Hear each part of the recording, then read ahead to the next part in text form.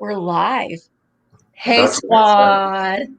Hey, squad. Hey, squad. How y'all doing tonight? Happy Monday. Happy Monday. Monday. Where'd Kat go? Oh, there she is. Hey, squad. I'm freezing. I'm trying to switch my internet. Happy Monday. All right. Kat is switching her internet. I'm We're gonna let freezing. Kat switch her internet. Oh, and there's an echo. I fixed it. Oh, yay. Yay. Well, welcome, guys. Welcome to the Vintage Rescue Squad. Thank you for coming. We have 51 people watching already, and I think that number hopefully will go higher and higher and higher as more people start coming on. We are going to talk a lot about eBay tonight, so make sure that you have your eBay questions ready. Our two guests tonight are very, very versed and very, very familiar with eBay. They are very active eBay sellers. Down below me, we have Danni, the niche lady. I know a lot of you guys watch her channels and get a lot of help from her. And then we also have Kat, the nurse flipper, down below Michael. She has another fun channel, and she also does eBay chats, and reseller chats on Tuesday nights at 8 o'clock Eastern. So if you're not subscribed to both Danni and to Kat, make sure that you do go and subscribe. Their YouTube and their Instagram links are all down in the description below. They also sell on eBay. I did not post their eBay links, but if you go follow them on their social medias, you'll be able to find them. They have it all posted there. And then we have my fella here, my right-hand man, my wingman, Michael, The.Cult.Of.Vintage. So make sure that you are following him as well. And welcome to the Vintage Rescue Squad. I do want to say, if you have a question for one of us, make sure that you do put it in all caps. It really helps for us to be able to see them a little bit better, because the chat will sometimes go pretty quickly. We're also streaming on both Facebook and YouTube. So I always get really happy when I see a little F in there for Facebook. I don't know why. It just makes me happy just to be streaming and somewhere a little bit different. Good F-bombs. Good F-bombs, right. So if you are tuning in from Facebook, make sure you let me know, because that makes me a little excited. I see we have a lot of friends here in the chat. I see Helen and Randy Girl and Pamela and Pamela and Miss Pamela. Thank you guys so much for coming on. Hello, LaDonna. Hello. Hello, Jean, Kitty Cat, Mary. Ooh, I see an F-bomb from Australia. Oh, where? Oh, Deb, good day. Actually, it's probably night. Is it morning there? Yeah, what time is it in Australia? Yeah, Deb, what time is it? It's probably morning, I think. I think that it is morning. All right, so I see the first question pop up. Well, you know what? I'm going to leave this question on, but let me go ahead. I've introduced them a little bit. Let me go ahead and allow Danni and Kat to tell a little bit about themselves and where you can find them a little bit more in depth. So my flea market treasures, I'm going to leave your question on there, so we will get to it. So Danni, we'll go ahead and start with you. Tell people a little bit about you and what you do and all that kind of stuff. Who am I? Some days I don't know. No. I have been an eBay seller since 1998. I started in the good old days, but I have been reselling pretty much my entire life. I say I grew up in the back of a thrift store with my very favorite aunt, and she's the one who really got me going on all the treasures that can be found in thrift stores. I mean, I grew up with it. And so when eBay came around, it was like, they made this for me. And I've been doing it ever since. And it was about 10 years ago, I discovered that I could teach people via this wonderful thing we call the internet, because I taught my mom via Skype how to sell on eBay. And I thought, if I can teach my mom, I can teach anybody. And so then I started taking my skills and helping others learn. And now I have, it's been, I've had my channel for about 4 years, but really got serious about it December 2019, and have been making a video every single day since then. And I just want to help everybody be more successful on eBay or wherever they sell. Nice. All right. Kat, why don't you tell us a little bit about you and where we can find you and your story? My story. So my name's Kat. I am the Nurse Flipper. I am on YouTube under that name as well as Instagram. I started both at the same time. I had never used Instagram. I thought I was too old for it. And yeah, so I'm on Instagram and YouTube. I have been selling since 1999 on eBay off and on, but really seriously over the last 2 years, which is when I started my YouTube. I started over and have a 2-year-old, and I also have a 22-year-old and a 19-year-old. So my driving factor behind eBay is I want to be home more with my 2-year-old because I'm not 19 anymore. So I appreciate the time a little more, and I am really pushing hard. I sold over 100,000 on eBay last year, which is part-time technically, but I put in full-time hours. So my channel, I show a lot of what's sold to kind of help people because I sell everything. I do a lot of vintage and collectibles, but I will sell anything that will sell. I have sold furniture. I have shipped a wheelchair. I will ship anything that will make me a profit. So my channel is a little more geared at like educating as far as what is actually selling, but I do some tips and tricks on eBay videos as well. I was doing daily like Danni, and I'm contemplating going back to it, but right now I do videos every Sunday, Wednesday, Friday, and then I have my live show every Tuesday night, which Misty has been on. It's every Tuesday at the same time as Misty's at 8 p.m. Eastern Standard Time. Tomorrow I have George the Antique Nomad on and Primetime Treasure Hunter. So I would appreciate you guys come check on my channel and come to our live show. Should be fun too. Both very knowledgeable and very wonderful gentlemen, I should say. They're very, very kind and very, very nice. And very knowledgeable. I mean, Primetime Treasure Hunter is very knowledgeable in selling on eBay. So I highly recommend you guys go over to Kat's tomorrow night and hang out with them. Let's go ahead and talk about the question. My flea market treasures. Well, Michael, should you explain who you are before I mean, everybody knows who Michael is, right? I'm The.Cult.Of.Vintage on Instagram and YouTube. And if you don't know me, then you can get to know me by going over and subscribing and on YouTube and Instagram. The.Cult.Of.Vintage. Yeah. It's that easy. It's that easy. And Michael and I switch spaces every week. So next week we'll be on Michael's channel. And so we go back and forth. So make sure that you're following both of us. So you know what's going on in the world. All right. How bad is it to cancel an eBay sale because I can't find the item? You can't find the item in your stock? Oh, so, there's me. I froze. It just froze. Yeah. Isn't that nice? Isn't that a nice little view there? Telling you what. Oh. I'm back. So it's 8 not minutes, good. 24 seconds timestamp. It's definitely not good to cancel items on eBay for sure. But you do have some leeway before you get into some big major trouble with it. And, here's what I've done in the past when this has happened before I really got my inventory system under control is I would go out and find another one for the customer. I just would. Sometimes I pay more for it. And I did that when it was a little easier to reach out to a seller and say, hey, can you ship this to such and such instead of to me? Now you pretty much have to have it shipped to you and then to the customer. So I just reach out to them and say, you know what? There's going to be a little delay. I'm getting this for you. But I mean, if it's something you can't find or something that's not feasible, cancel it, but be very careful about managing your inventory. Yeah. Kat, do you have anything more to add? And I sometimes will offer them, I will offer them something else in my store at a discount if I can't find it. It happens very rarely for me, but I have over 2,800 items, so it does happen. And I'll say, hey, I'll give you 20% off if you'd like to replace it with anything else in my store. And if I have stuff similar, a lot of mine's one-off, but I do, as Danni said as well, and purchase it and drop ship it basically.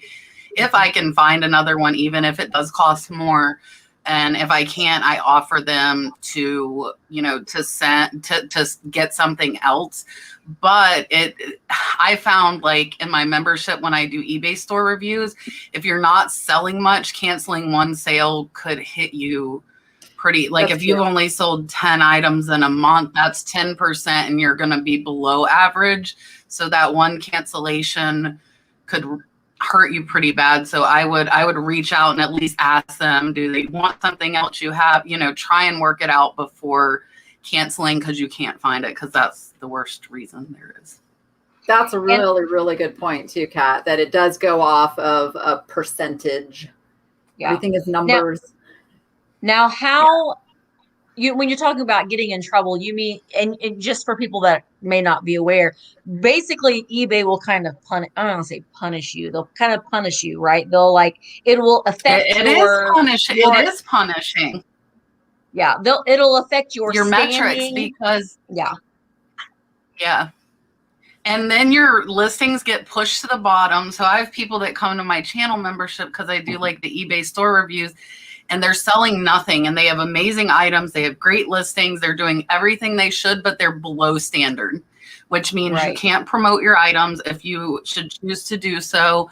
And you basically just have to keep listing and pushing and selling until it goes back up. But I've seen from quite a few of them, it can be a hard thing if you're like, for me, it wouldn't hit me because I'm selling, a few hundred items a month. One is not gonna put me below standard, but if you're a smaller seller, it will. So yeah, they don't let you promote. They push your listings. They make it very hard for you to sell things because they don't want you to disappoint their customers, basically. And the thing to know too is it's not forever.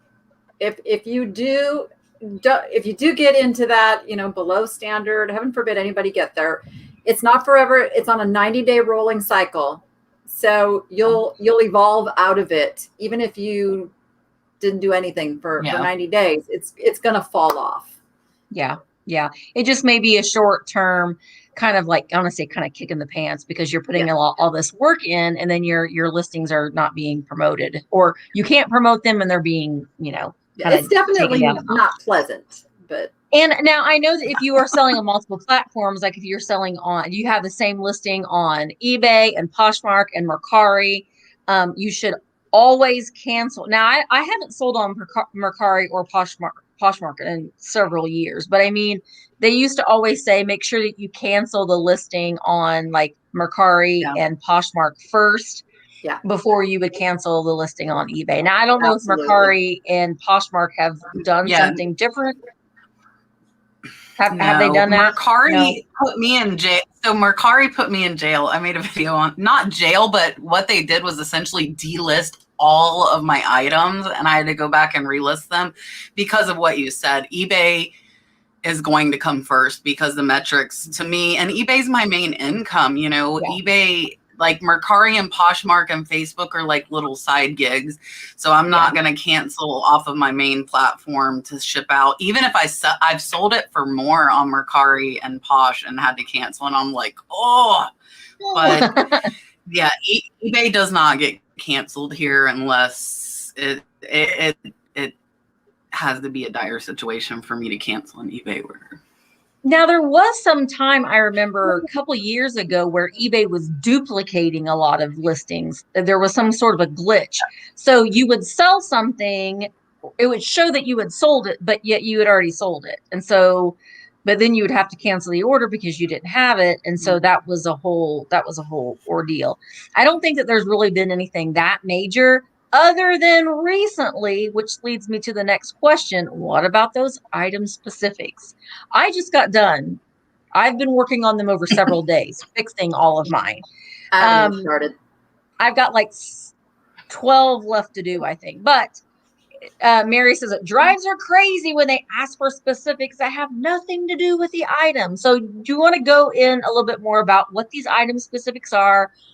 Why we have, it seems like Kat has mentioned this too. I think it was when I was on your channel last, we talked about how, like, when you go into your phone and you look at your eBay app and you go to your selling and you have like all these things, like if your offers to watchers, if you've sold something, but then it's like correct these item specifics. And that drives me crazy to have that in there. I want to either see nothing, or I want to see offers to watchers or solds. I don't want to see any tasks that I have to do. What is the deal with the item specifics now? So I can give you a little insider information on this, because I worked with the CTO and the tech department with eBay a few years ago when I was developing a software. Long story short, didn't come to fruition. Divorce happened instead. Okay. Yeah. But so I had sit downs with them about what they were looking to do and why because they were rolling out the item specifics then.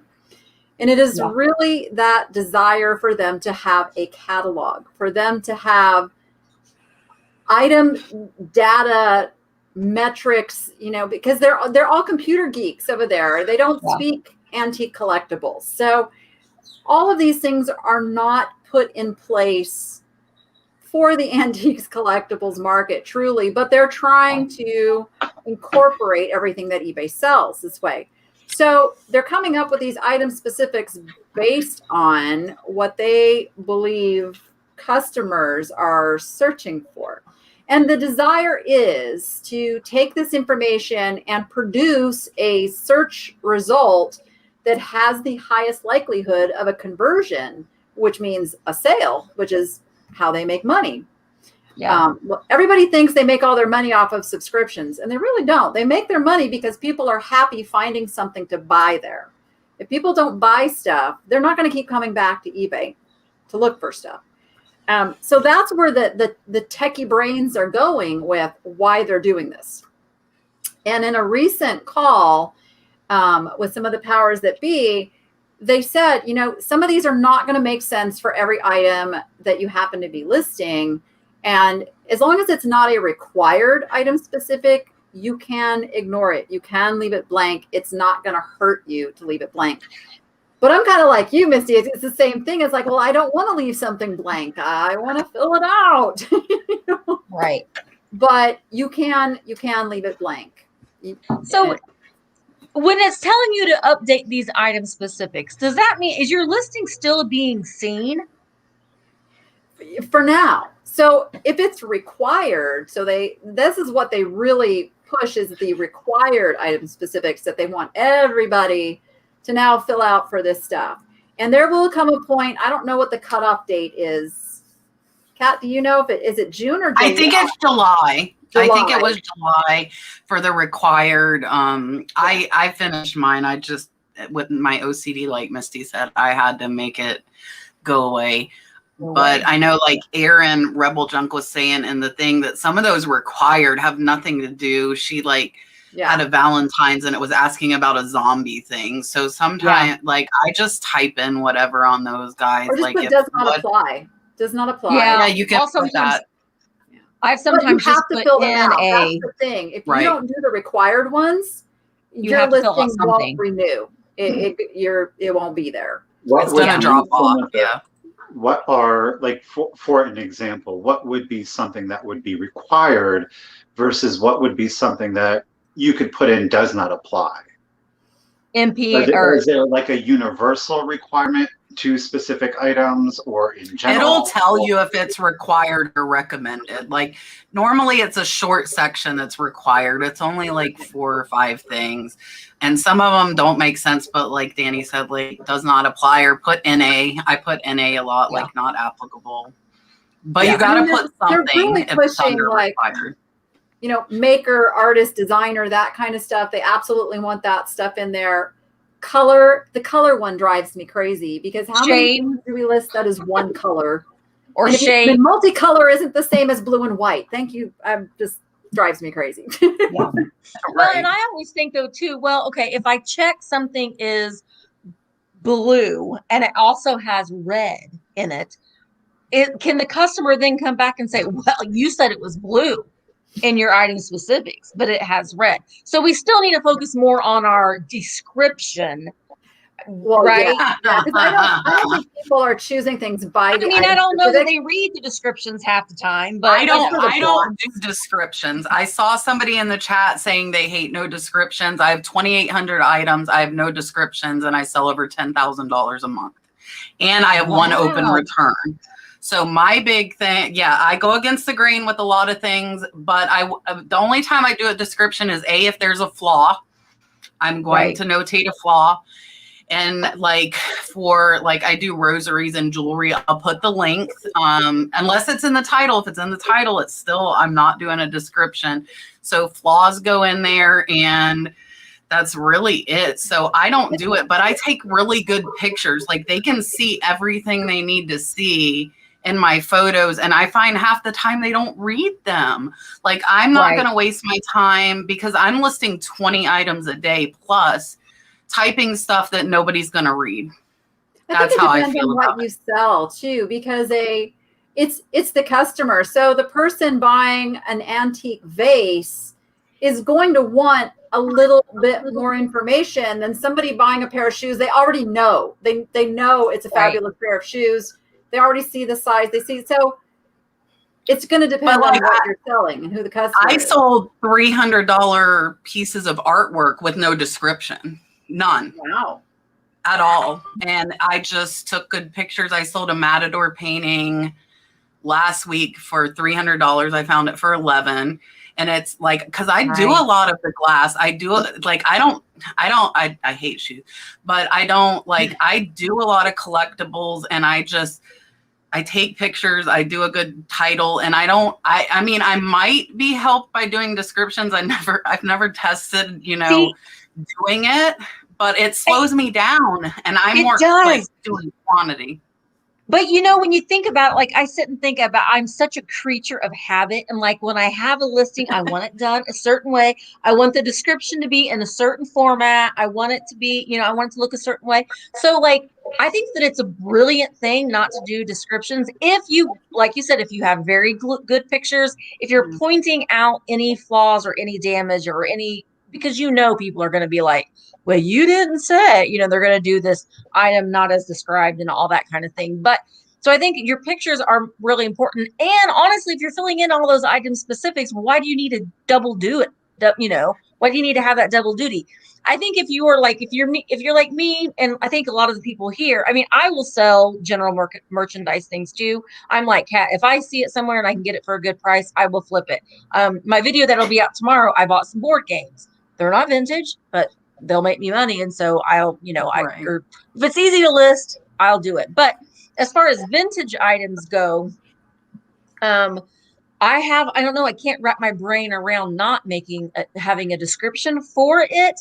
But I've always been at the thought of, does the words in your description help with the search algorithm? It does. So, okay. Yeah. But I guess if you have that in your title too, well, it's kind of double dutying it? When you create a YouTube video, even it's a search algorithm kind of thing. So like we create a title for our videos, and then in the description, you kind of want those same words to come up. So it tells the search bots, whatever the technical term for that is, that, oh, okay, this is what it says it's going to be. And it all kind of works together for the search. And I think too, a lot of it, and because we talk about this a lot, is you've been doing this a long time. I've been doing this a long time. We can probably get away with things that like the new seller can't. So I would really recommend that new sellers do fill out the description, because as long as eBay's telling people you need a description, I mean, they know more about that algorithm than we'll ever know. So I think probably the best rule of thumb is to your pictures, your title, and your item specifics.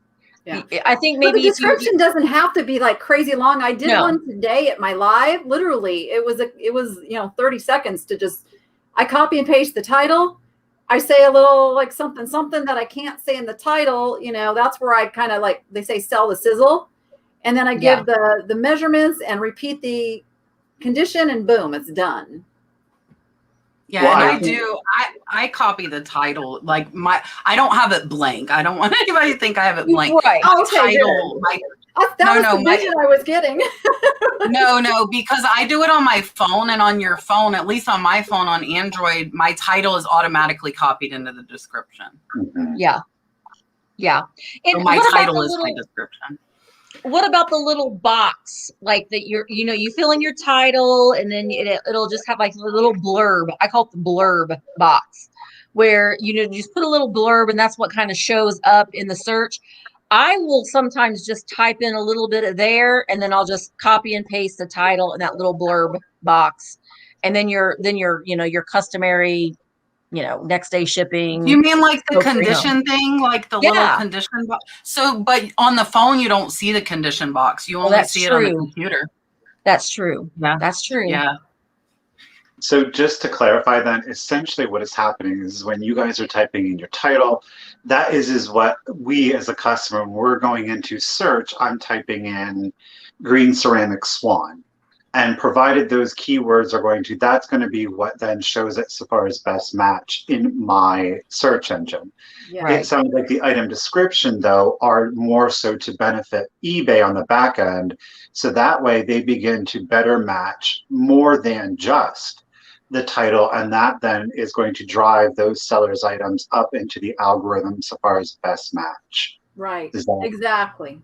so then, and I mean, I would say just so far as like the description, and I only come at it, I have sold very lightly and not in a while on Yeah. eBay. But for me as a buyer, and I will agree with some things that people were saying, but for me, like if the picture is really good and I'm not seeing any damage, or like Danny said, if it's a pair of sneakers, I will look at a description just in case there's a condition or a flaw issue. And then I take it in good faith based on that seller's rating. If I don't see a description or a condition flaw, I will look at the seller's rating and then say, okay, there's no condition issues. I'm not missing anything in the photo. So I will always refer to, and even if the picture does show a flaw, I don't know what it is, but it's like I like to see that flaw in the description because then I'm like, okay, we good. They a good seller. Yeah, I think it's like they're being straightforward. They're being forthcoming. They're being They're making forthcoming with. sure that, yeah. Well, but I think that's kind of what Kat is saying, that if there is a flaw, that does go Mhm. in the description. Yeah. Yeah, So, I photograph and type it out. If there's a flaw, I'm gonna and I put read in capital letters in my titles. And I actually just had a figurine go overseas that they did not, it said read in capital letters. It had 5 pictures of a flaw and it was written in the description. And guess what? They ignored the pictures and the description and were mad when they got it. And I went back and said, hey, and it was actually like, it would have been worth over $150, $200 had it not been broken. I sold it for $15 because I knew it had value. They were really rare. Somebody had like glued the head back on. So I'm like, okay, $15, I bought it in a box lot versus 200. And I wrote them and said, look, this is worth $200 if it didn't have a flaw. If you would please look at my title, it says read. There are 4 or 5 photos showing that it was repaired. It was repaired poorly. And my description said, this has not been repaired well at all. And they went back and looked and they actually left me a negative feedback. And after I wrote them and told them, please look at this, they actually took away their negative and gave me a neutral because I was like, I disclosed it. I put read in capital letters. I put 5 photos. I put it in the description and they didn't see any of it.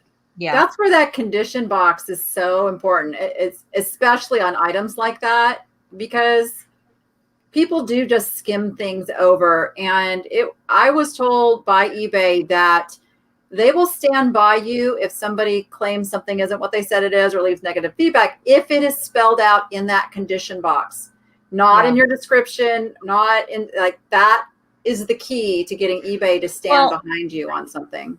Well, and I think one thing that's very important too that a lot of people, and I think, well, I would hope that a lot of people realize this or know this, is that only communicate with your buyers via eBay. Don't let them send you an email.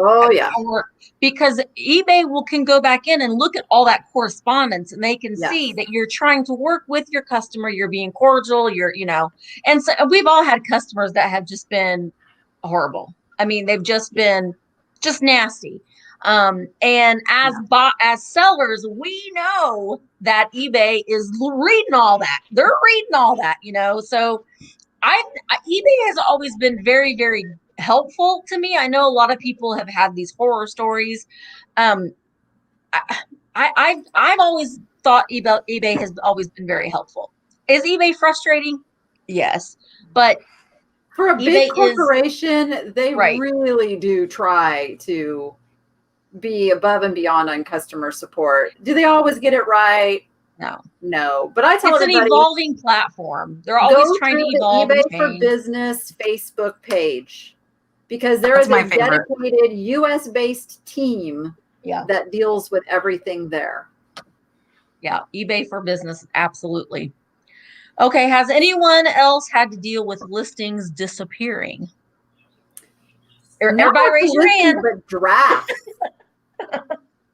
They wipe out my drafts that are Really? yes. And I've got to say, in eBay's defense, I wrote to the big guy on this because it was about, a $500 investment because I paid somebody to create those drafts. And I said, you know what? I'm out about $500.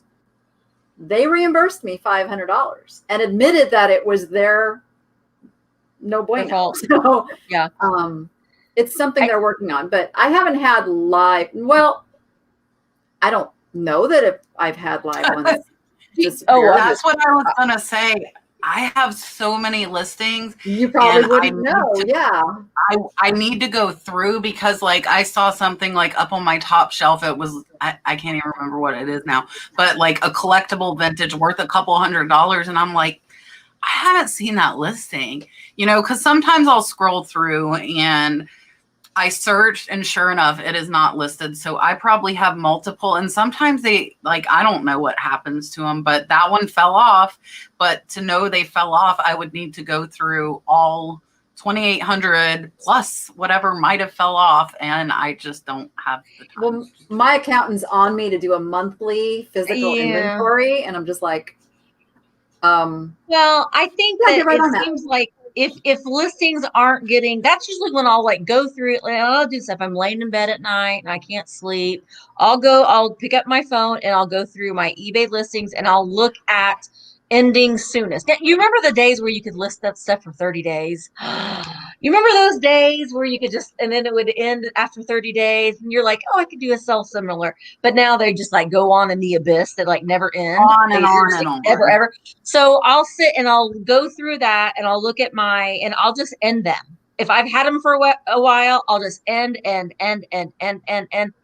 then I'll just do sell similar. And so I'll change a word or a flip flop a word in the title, maybe switch the pictures around a little bit, make it fresh and new. And I'm telling you, I don't want to say 9 times out of 10, but a lot of times they'll end up selling, within a couple weeks.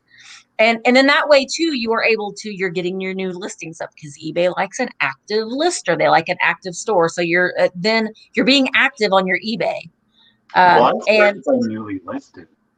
If there's especially certain pieces or artists or collectibles that I look for, I'm one of those people that, especially the hard to get stuff, I will search once a day. Yes, I will. I admit it. But I will always pull it up by newly listed because if it's a buy it now, you've got to be right on it.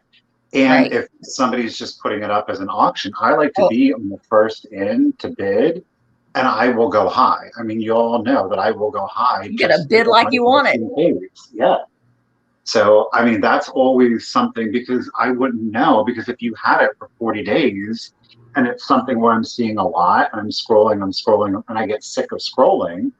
But if I go into newly listed, boom, there it is. Do you do saved searches? Do you get the emails with your saved searches too? Yeah. Or you just strictly go and search? I never save a search. I always never save a search. To be honest, this is pretty bad, but I have my eBay store linked to an email that I don't check very often because they send you so many gosh darn emails. So I will periodically go in and check, but but I'm like Michael, if I'm looking for something, I'll do the newly listed just to see. You're like, oh, is someone putting something for sale that they don't know what they got?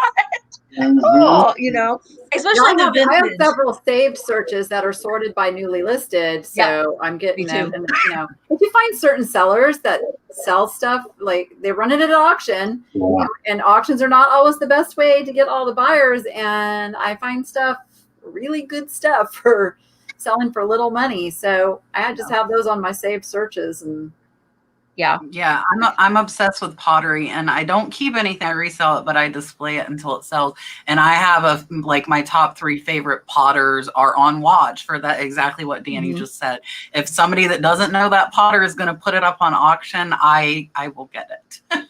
Well, and do you ever go in and like I really like frozen Charlottes. I like frozen Charlottes, but sometimes the people will call them ceramic babies, or they don't know they it's a frozen Charlotte. Yeah, right. And so you'll go in and you're like it's like you're being a little detective. You're like, wonder if I can find a lot of frozen Charlotte, and I have.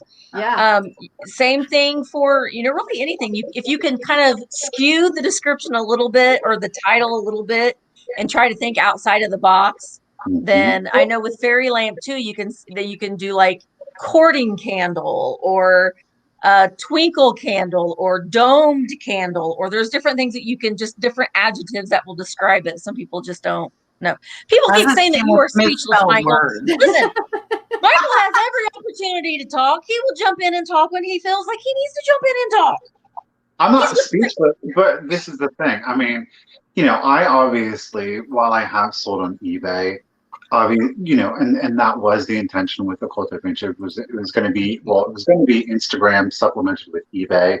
Obviously, with doing the live sales, it is much more conducive for having a full-time job, because doing the eBay thing, it is a little bit more difficult. So I don't know when somebody's going to buy something.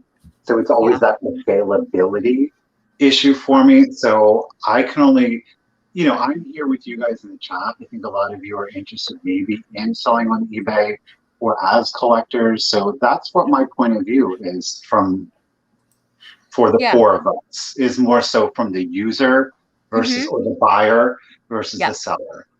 So he's coming to us from more of a eBay buyer perspective than an eBay seller. And I do want to say though too, I see a lot of you are answering each other's questions in the chat. Please continue to do that, because there isn't any way that I can actually get to every single question. So if you see somebody asking a question and we're not answering it, talk amongst yourselves in the chat too. I love seeing that. That's what this is all about. We're hanging out with one another. Have you ever tried WorthPoint? Girl, yes, and girl, I love it. Yes. She just used it for me yesterday. If you are a reseller, it is worth every penny. And that subscription is a tax write-off at the end of the year. So it's a cost of your business. Everybody laughs at me because they say I'm the subscription queen, but I have subscriptions to stuff that helps me make my business easier and saves me time, and it is worth what I pay for it. Like I use List Perfectly to cross post. Absolutely. That to me is very well worth it. WorthPoint, I find enough one-offs that I'm able to price higher than I would have had I not had WorthPoint as a reference, that just 1 or 2 of those items pays for the WorthPoint subscription every month. Yeah. And WorthPoint, I don't know if they're still on track for this. Will Seipel, who's the founder of WorthPoint, was really working on not just having eBay results in there, but results from all the venues in there in one place. I know he's been working hard on that, because the WorthPoint eBay stuff, comes from Terapeak. Terapeak is now owned by eBay. And it's very limited still. Call me a skeptic, but I don't know why eBay took ownership of that. I'm a little, So I'm looking for that bigger picture kind of thing. But WorthPoint goes back, what, 10 years? 10 years? I think it does 10. For that, and that's really obscure items. And that's really interesting too, to you be able to use that to see how the market ebbs and flows, to see how something might have sold 5 years ago, and then you're seeing it kind of inch its way, back, so you can kind of get an idea of what the market. It's just like those old price guides for vintage and antiques. We look at those because we like them, but we're like, I'm not really going to pay attention to what they're saying that it's worth, because I know that it changes, but it still gives you an idea of if something is valuable or not. That has some sort of value. I talk about this all the time, and I think us that create content on YouTube, and we're talking about, we're bringing some revival to this vintage stuff and making it cool again. But eBay is a data-driven site, and many sellers look at the suggested pricing and well, there was one that sold for $15 last week. Ignore that, because if you feel in your gut that it is worth more than that, we can flip the tide on this stuff and raise those prices, as opposed to just following that slippery slope of cheaper, cheaper, cheaper. Like Kim's saying, Terapeak is free. Terapeak is free, but Terapeak only goes back a year. Right. And like, I have a Picasso poster listed for $1,000 right now, that there are none on eBay listed. There are none sold, but WorthPoint had 3 on there. And I know the top dollar it went for was $1,050. Yeah. And so I priced it $1,000, where if I paid $50 for the poster, I probably would have, put it at like $200 if I didn't have WorthPoint as that reference point. And the pictures are still on WorthPoint. In Terapeak, those pictures are gone. All you see is the title. Yeah. And honestly, the WorthPoint too, if you are doing descriptions, if you want to put descriptions, it does give you a really good starting point of what you should include in that description. Like, if you're laying in bed at night and you're listing stuff, and you've got your drafts and stuff, and you're listing, and you're like, crap, I don't know how tall it is. And sometimes you can go on WorthPoint, you can find that thing, and they've already measured it for you, so you can use their measurement. So at the end of the year, if you've got a small business, at the end of the year, you're like, oh, I need some more deductions. Well, your subscriptions do count as a deduction at the end of the year. So, and to me, it's worth every penny. It really, really is. So just look into it. I'll go get my Picasso. Hold on. I'll be right back. Somebody's asking which Picasso. I have some Picasso lithographs that are active right now on eBay. I was so excited because I couldn't find them anywhere, but turns out they are reproductions. So, and I already had like several bids because I did them as an auction, and I don't do auctions very often. But I had someone reach out to me and gave me a little bit more information. I could not find them anywhere, so I ended the listing. I know I ended it because I didn't want someone to. I didn't want to sell someone something that. Oh my goodness, Kat, where did you find that at? Where I find 90% of my stuff, online estate auctions. Yes. From 1967. It's beautiful. That is boobies. Yes, there are boobies. I did my video of it, and I'm like, nobody said anything.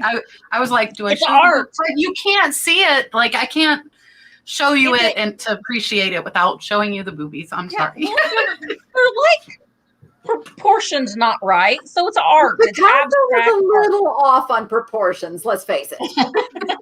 Yeah, it's not like realistic boobies, right? Oh, Kat is amazing. She is a wide variety of knowledge. Yeah, it's very abstract. BFF. Oh, you were on with I was. I love her. Puppy is up. Did she sell it? Did you sell it? It's up on auction. It ends. What's today? Monday. It ends Saturday. She sold it for $500, right? $710 for a Build-A-Bear puppy. Build-A-Bear puppy. You just never know. I don't know. They're pretty saggy. They were pretty saggy.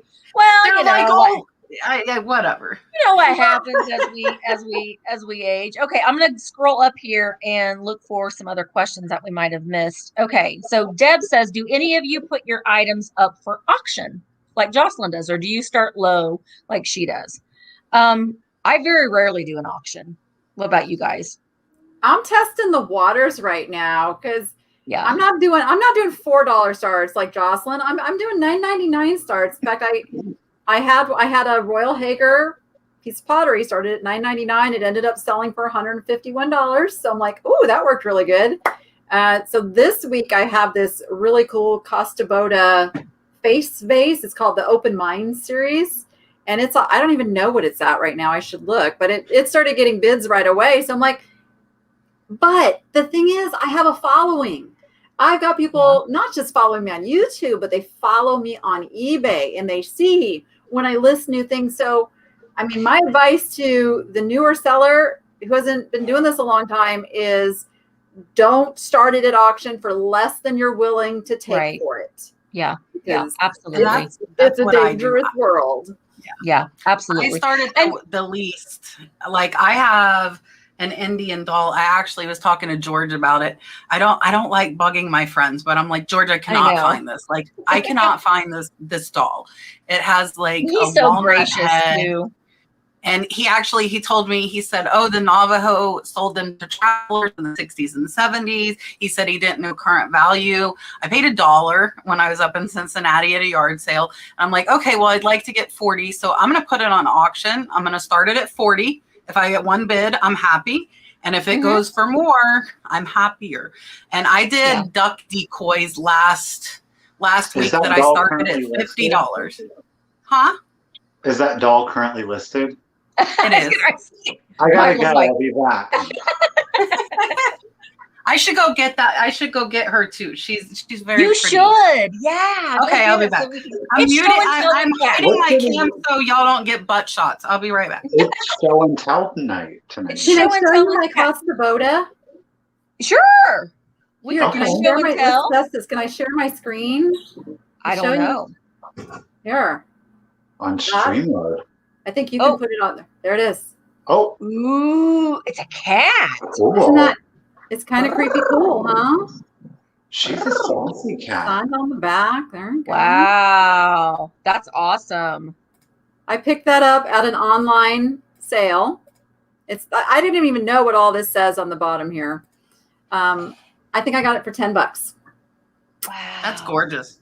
Yeah. That's amazing. That's so cool. Okay, here's my girl. Look at her face. Hang on, let me see. I love her. Oh, yeah. And she has her little blanket, like she's weaving. She's beautiful. Wow. Now she's got a walnut head. Look at her face. It's a walnut. It's a walnut. Wow. But I can find nothing like her. So when I can't find anything like it and I think it might have value, that's when I am putting it on auction. Absolutely. Yeah. Absolutely. And it's good to be able to consult with your friends, with people that that might have a little bit of knowledge that will be able to. And I mean, let's not like overdo it or anything. Like, don't everybody send George an email. George. Everyone's like, I want bidding war. So she is up on auction. She's on Kat's eBay store right now. Look for a walnut head doll. She is on auction. It's mine. So I wanted to kind of say the same. It's kind of the same thing because, doing the live sales is really like my eBay store has taken, back seat. I have hired my daughter and her boyfriend, and they're doing pictures and drafts and stuff for me. So I'm able to be able to list a little bit more, but the same thing goes for us doing live sales too. I mean, it's kind of the same thing. If you're doing an offer up, you still want to start it at what you're comfortable for. But having said that, having a little bit of the following, it does help, you to be able to sell those things. And so it's kind of because I get a lot of people saying, I wish you would do what sold videos, but it's kind of like, it's hard to do. It's hard. It's hard depends on what you want. Like I started my channel with what sold. I started my channel because of Matt at Part-Time Pickers, because of his what sold. So my channel was really like kickstarted off of what solds. So mine has been the opposite. Like my what solds are what perform well versus my thrift with me's don't, because I've built my channel up off of what sold videos, and everybody like, what's Kat selling now? Cause I like pull stuff out of left field all the time. And they're like, what, like wicker baskets that I sell $50 that I was going to throw out and, stuff people don't know. but I'm trying to start doing it. But I think it almost be, you know, like people get used to like what you do on your channel. And then when you kind of switch it up, you know, there's a little bit of pushback because that's not what they're used to from you. Absolutely. Yeah, absolutely. I mean, I get a lot of people saying, "Oh, I wish you would do ship with me videos." And I'm always like, "Well, you know, Danni does really good ship with me videos. So go and watch Danni's videos." Danni's brave. They take a lot of time to film because you're like, okay, I got to get this I haven't angle. done one in a long time though, because I will be honest. I shop at Goodwill video, I get 10,000 views. I do a ship with me video, I get 2,000 views. I know. and that's the thing, you know, people ask for certain videos, but yet they're not performing as well. But we still put videos out that, like, I get a lot of requests. Oh, do more vlogs. I love your vlogs. And I'm like, why? I am boring. Why would you want to know what I'm doing in a day? You know, but you know, you do those because, you know, people, you know, like your loyal viewers that are asking for them, you know, you do want to, you know, to do those to make them, you know, happy and stuff. But the Goodwill videos, adding some more in, but on a day that I do a live that I wasn't going to put a video up anyway. So I am going to start adding those back in, but I can't take the place of one of my 10,000 view videos because I do shipping for my members. I do it on my members because I don't have the time to edit it and I don't want this raw shipping. And I have a mouth. I will not lie. You will never hear it on my pre-record ever. But when we are shipping and the interaction, like me and my husband trying to get 50 boxes out in one day, normally in 2 hours, because we put it off till 3 o'clock. And so there's language, but I do it for my members, and that way it's like behind the scenes. But if I were to try and film and edit that, like I can't even imagine like the angles you'd need to get to show correctly how you're actually packing. And I would, Sandra. I can sell ice to an Eskimo. Battery's dying. Oh no! You need the dummy battery, Misty. Get the dummy battery. Well, I may have. Can you still hear me? Yeah, we can hear you. Well, you can hear me. Just go into your camera, Misty. Go into your camera and drop it down to the SV1. Okay. The cameras and I don't get along very well.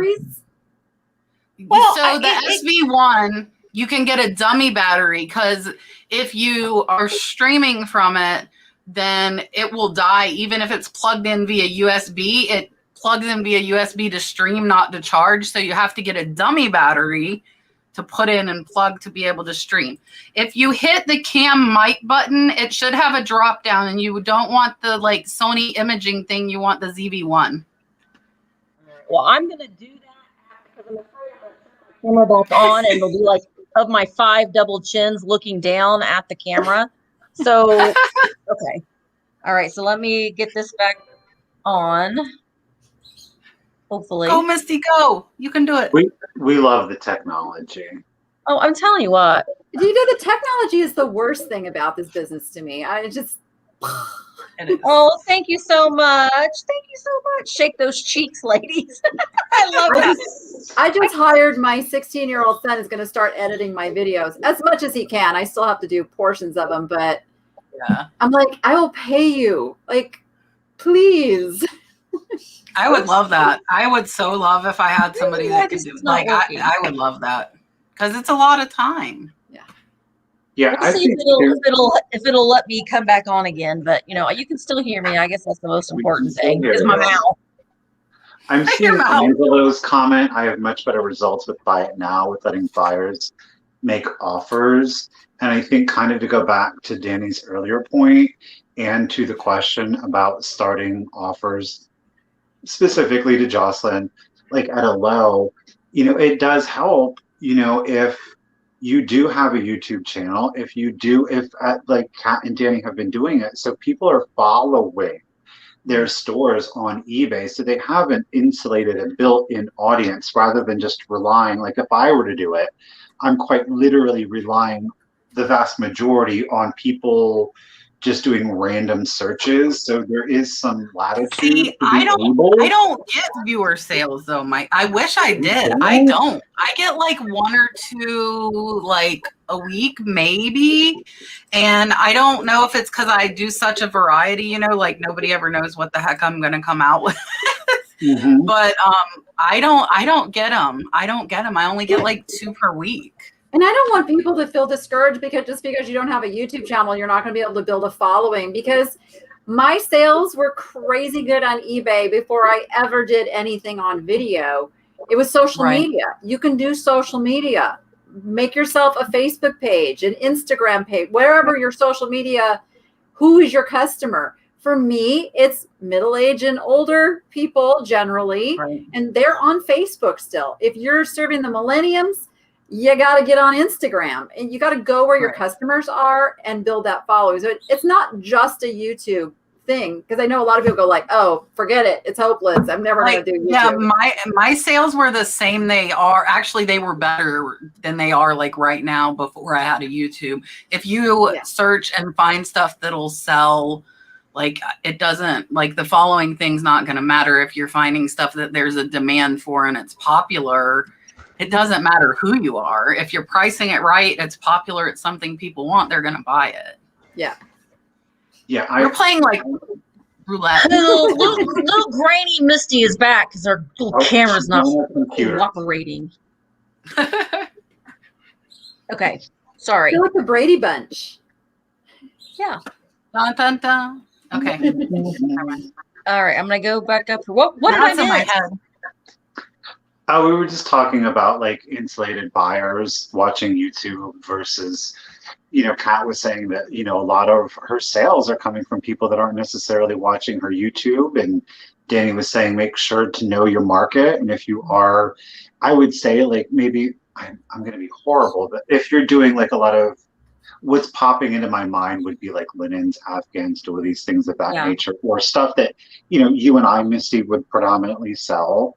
The vintage stuff, it's popular on YouTube versus if you're going to sell like, I don't know, whatever the kids are buying nowadays, then you're going to do Instagram, but advertise. You don't have to have YouTube. Oh my gosh. To advertise. And like my lack of YouTube sales might be because I do what sold videos. So my people are seeing the stuff after it has sold. So that's now like, yeah, so now that I'm starting to do like haul videos and, you know, I'm going to start doing some shop with me, that might change because I do have the audience. Like I sold a purse from my yard sale haul video yesterday during the premiere, like it sold instantly. So I think a lot of that is probably because I'm showing the tail end and, oh, here it is, it sold, you know, and I'm not showing it beforehand. But do you think that you ladies are like, you know, it's interesting that you made that point earlier about how you're doing a lot of sold. So when you do maybe a shop along, that shop along video doesn't perform as well because it's not what your audience is expecting. Yeah.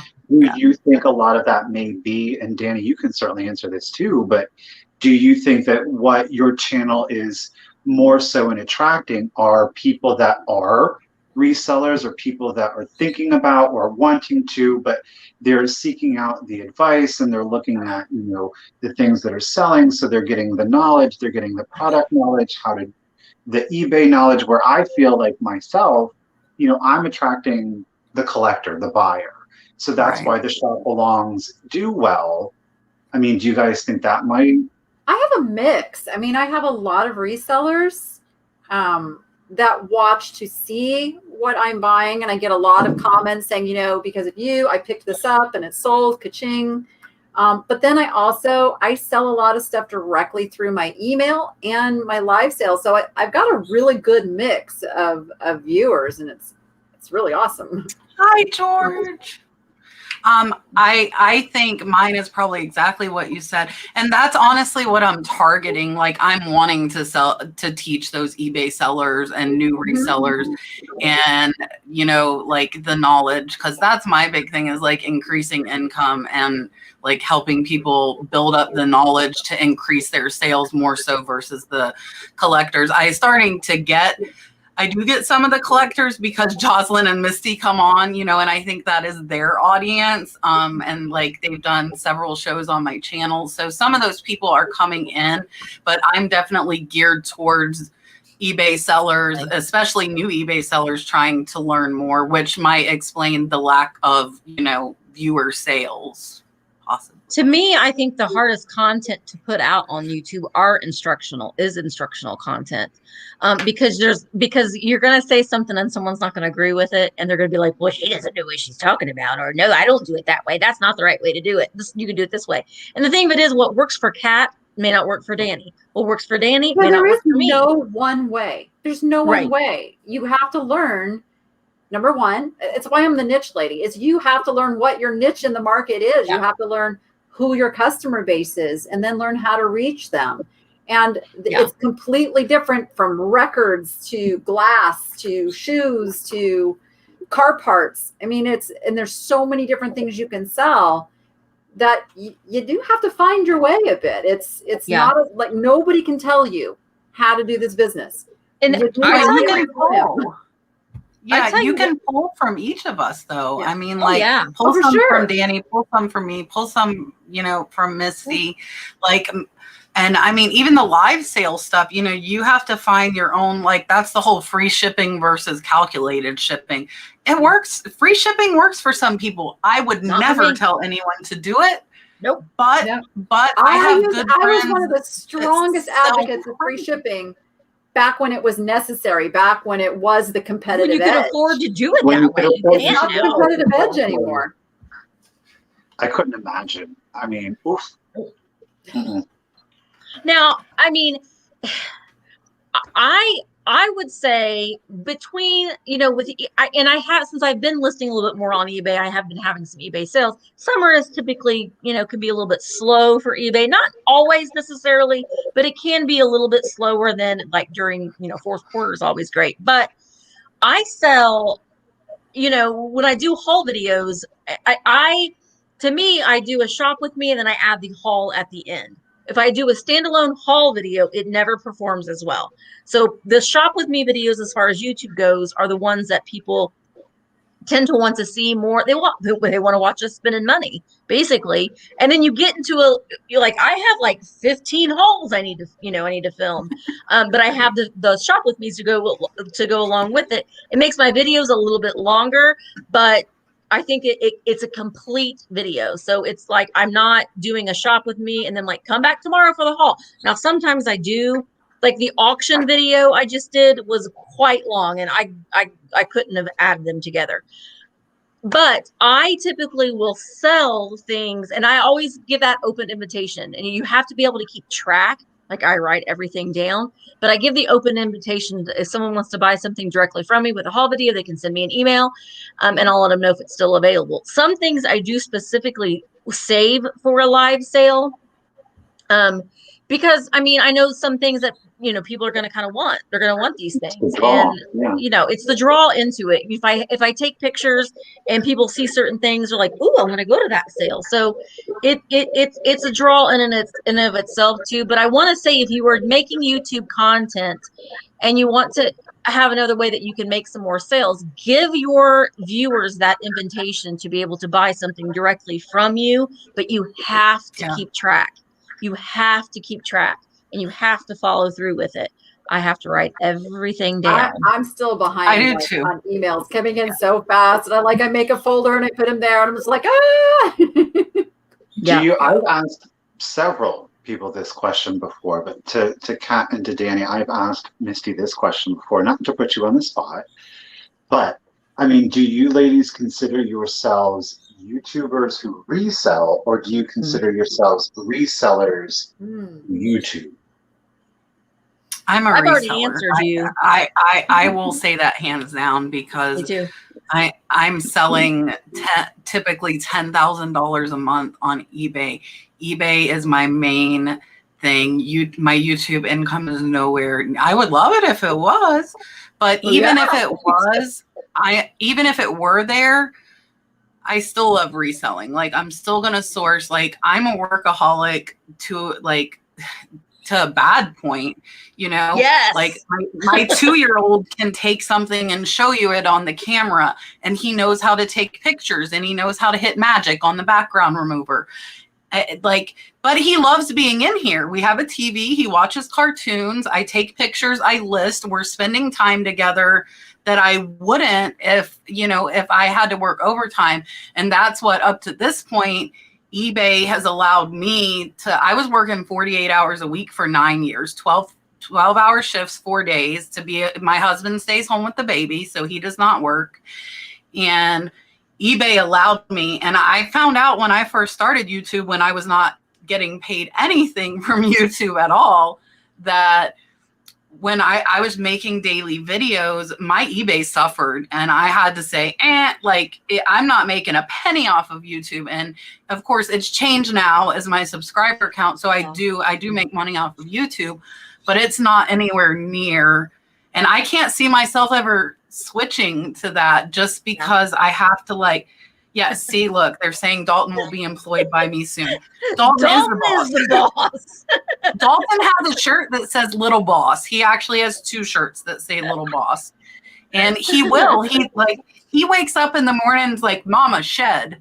Like, he wants to go to the shed and work. Like, that's what he wants. You know, he has a bicycle in here and a Papazon chair, and he has all of his stuff out here. So he's learning, and you're gonna here you go, son. Here's the keys to the business. I hope my 19 and my 22-year-old hate reselling. Like they want nothing to do with it. But and I started it when they were little. That's when my 22-year-old, in 1999, when I had him, I was a stay-at-home mom, and I was reselling on eBay for extra money. But I didn't do it throughout, them growing up. But they both look at me like I'm crazy. They're like, right. No. And I'm like, you could make more than you're making at Tractor Supply. Like, go buy some popular clothes that I don't know. But when you show them those things, you're like, I paid $11 for this, and I sold it for, $950. They're like, what? Mine don't do that. They're like, okay, Mom. They're like, really?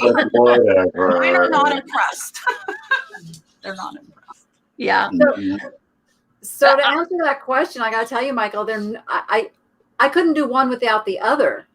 They're pretty much even for me, and I am doing really well with the YouTube, but it's if you actually added up the amount of hours I spend on it, I'm not sure my hourly pay is that great. But the bonus is I love what I do. I mean, I am getting paid to go out and shop. Like, how cool is that? And then the perk is I know how to turn around and resell the stuff. Yeah. So they go together for me. It's 50-50. They do. I mean, I answered Michael's question when, in a private conversation, and I was like, I'm a reseller first, kind of for the same thing, because I'm not making but it's kind of like what Danny said too. It's like, I'm not making, my income isn't coming from YouTube. My what I'm getting paid from YouTube is like a bad part-time job, or like not very high. The hourly is horrible. But I love my people. I love, I see a lot of my people in here tonight. Yes. And thank you guys for coming. And I call them my people because they're my people. And Dalton is like, Mom, I need to show the people. They're his people, Well, and when you see people that you recognize show up in your chats or so, you're just it makes you feel safe. It's like I feel safe, and I feel confident and secure because the people are out there. So but they do go one and the same, but if I didn't have YouTube, over here, then I'd have a lot more time for eBay over here, because YouTube takes up a lot of time. I mean, it takes me, sometimes 2 hours to edit a 30-minute video. So it takes a lot of time. You can do it in 2 hours? See, I'm jealous. Yeah, but I don't, my videos are very simple. I don't strive to be Martin Scorsese or anything. I'm just like, I'm just going to get it out here. Because I think that I don't know. I mean, I think I want my videos to be who I am in real. And I think it's what sometimes, I don't like to do the voiceovers because to me, they're not as authentically me. I'm working very hard not to do voiceover. So, a lot of mine is in I'll see something on the shelf. I'm looking around, making sure nobody's going to walk by with some loud talking, and then I'm like, I get the shot and I turn it off before I've got like that 10 seconds of copyright strike music. See, that's exactly, I'm going to be honest with you.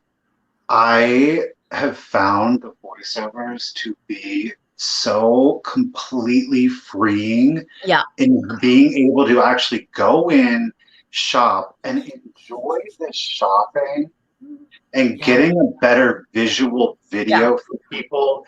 And I don't know, Misty, I feel like if you didn't have to worry about talking, like I genuinely believe that. Like if you didn't have to worry about talking. No, but I'm serious, but like take for example Goodwill. Do you know what I'm saying? Because it's like just what Danny said. I don't then blare you music. I don't care because you know what I can do? I can literally be in there humming and singing like I normally would if I wasn't recording it because I know I'm going to do a voiceover. And in doing a voiceover, I feel more connected with people doing it because then I'm talking to you and not at you while I'm shopping. I know that sounds weird, but I 100% agree that when you're doing a voiceover, you are giving up so much more information. You're able to convey so much more information about something that you're picking. I think it's my ADHD. I just can't do it. I can't sit still and do it. So I was doing voiceovers for a while, and I watching my stuff back felt like I don't have that same emotion as my actual live expression when I'm finding it. Yeah. And I talk about the items as I'm finding them and what I'm seeing. Once I get home and I don't have the item in my hand and I'm just looking at the video going, I forget. Well, how was that song? That kind of thing. So for me, I feel like I can give a more quality video talking about it right while I have it in my hand. Yeah. Yep. I agree. I've noticed I don't talk much while I'm out. Now that I've started, like I started doing some yard sale and at the flea market, and I'm like, man, I don't talk enough because like Michael said, I'm focused on this stuff. Like I'm looking and there's so much like silence there. And I haven't decided. I have some footage now whether I want to do a voiceover because there's so much silence there. I like probably 75% of the YouTube I watch in my car. So I'm really listening. And so for me, if that were me, I would be like, if it had all these empty spaces. But there are some like I don't know if you guys watch Kevin Commonwealth Picker. He talks so much while he's out at yard sales. Like Kevin is always he's talking to himself. But it makes his like you watch. I love it. Like you don't have to voice over then. But me, I'm like people would look at me like I'm bonkers. And I have no problem walking up into a yard sale and I hold my camera. I don't do GoPro. I have no problem walking in there like I own the place. Yeah, me either. And, but talking is a little bit different. But I think I could get used to it. And I think that your editing would be easier if you're not voiceover. But like I went into one shop at the flea market that was blaring rock that I'm sure would be copyrighted.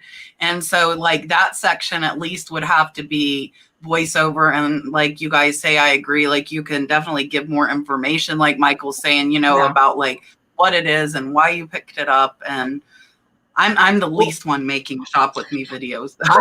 Well, that's the beauty of it though. Do you know what I'm saying? Because at the end of the day, you have to, whatever it is that you're making so far as your video and your content, whether you're going to do, you're in the moment and that's what you like doing, that is what people are going to pick up on. Yeah. So for Danny and for Misty, they enjoy doing that. So that reads the best for them because that's who they are. And that's how they want. Right. That's just what comes across the best is the most authentic them. Whereas me, I am more quiet. Now I will talk. I can talk, and sometimes I will talk. Girl, that camera don't like you. No, I'm trying to switch back over. You know what though? Oh, okay. It's better than her freezing like this. Yeah, well, I know we can't make a face depends now. on We'd who have you to ask. make a W for the She's webcam. She's Mine cheating. does the same thing. Just drives me crazy. Was like, are you going to work now? No, you're not going to work now. Yeah, but it goes to prove though that because again, for me, like that's where I really enjoy it because I feel like that's where I'm connecting with people the best because then I feel like I'm talking to somebody. So it's just everything's going to be what it is. Michael, I think people would listen to you no matter how you do it because you have like the most pleasant voice to listen to.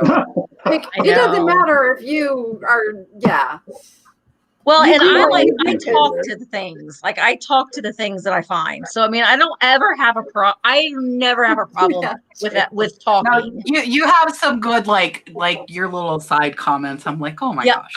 Yeah, I don't ever have a problem with talking. But I'm like, you know, with Kat too, I don't have any problem going in with my camera. I mean, garage sales, it's a little bit different because you're going to someone's home. I'm like, here I am. See, I'm always like, I'm always nervous. So it's like if I'm filming but I think I do ask permission when I'm going and filming somewhere because I think that, well, I've learned that from Jocelyn and she explained it to me and it made so much sense and it makes you feel like they work with you better too. They do. They really, really do. They really do.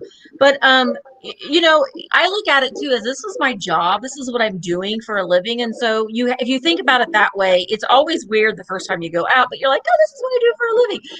And a lot of people are very curious about it. And you know, when you go up and you ask people if you can film, and sometimes they're like, okay. They're just like, oh, right, okay. And I think it depends on where you're at. There's not a lot of bloggers in my area. So you know what I say? Here's what I say to them. I say, would it be okay if I promoted you on my YouTube channel? Yeah. Who's going to say no to that? I get a lot of but what is it that you're going to film? And I'm like, me shopping. And they're like, and people watch that? They do. Right. Yeah. They do. Well, I wanted to say one thing about the overlay music is be careful because I put some music in mine because I thought, oh, I'm going to put some background music in mine. And it was horrible. And I got so many people are like, oh my God, don't put the music in ever again. I'm like, I agree with you. I will tell you, I hate it. Like when people do voiceovers and then like the music like low behind them, my brain is like overlay. I don't like it. What I've noticed is that judging off because that's how I started to do it, they don't mind it provided it's very like almost like classical music.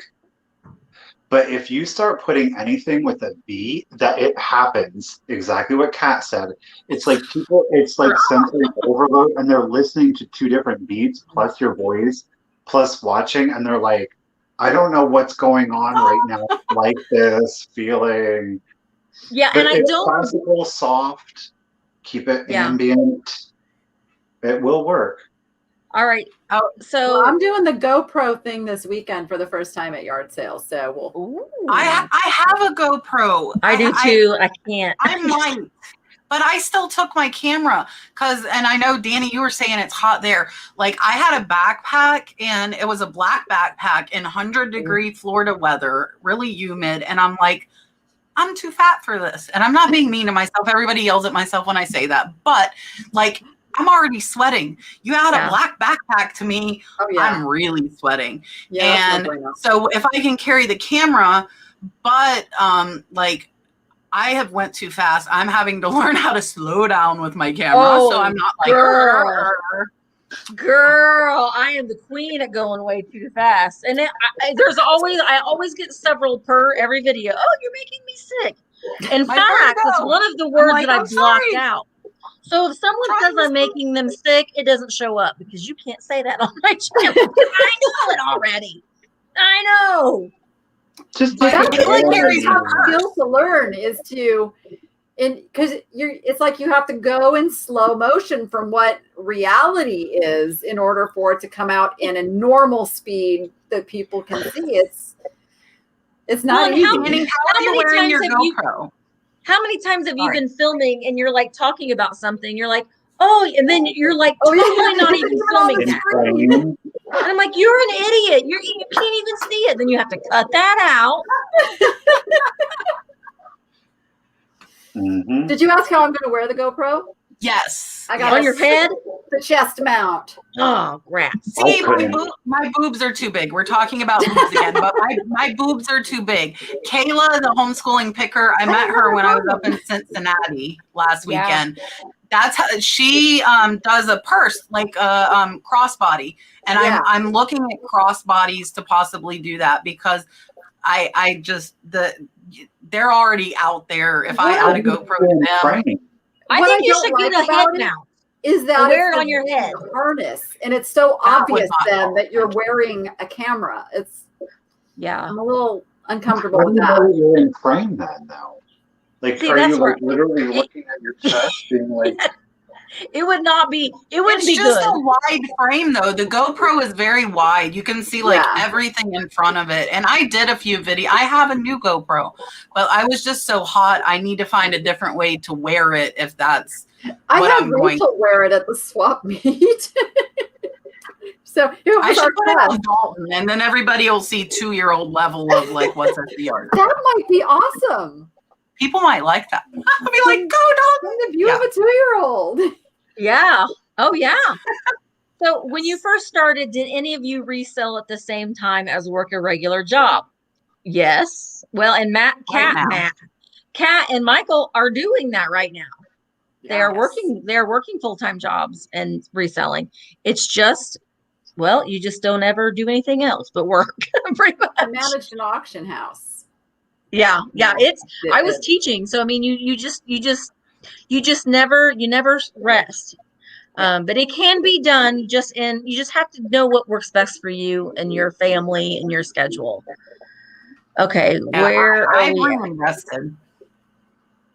How do you feel about? I'm reinvesting everything to build it up because I do want to go part-time, and I would love to be able to go PRN, which if you don't, for non-nursing type people, as needed. But part-time I get benefits, PRN I do not. So the PRN jump would be the worst. But going to part-time 2 days a week where I could have 5 days for my reselling business is my goal by December this year. So hopefully. Yeah.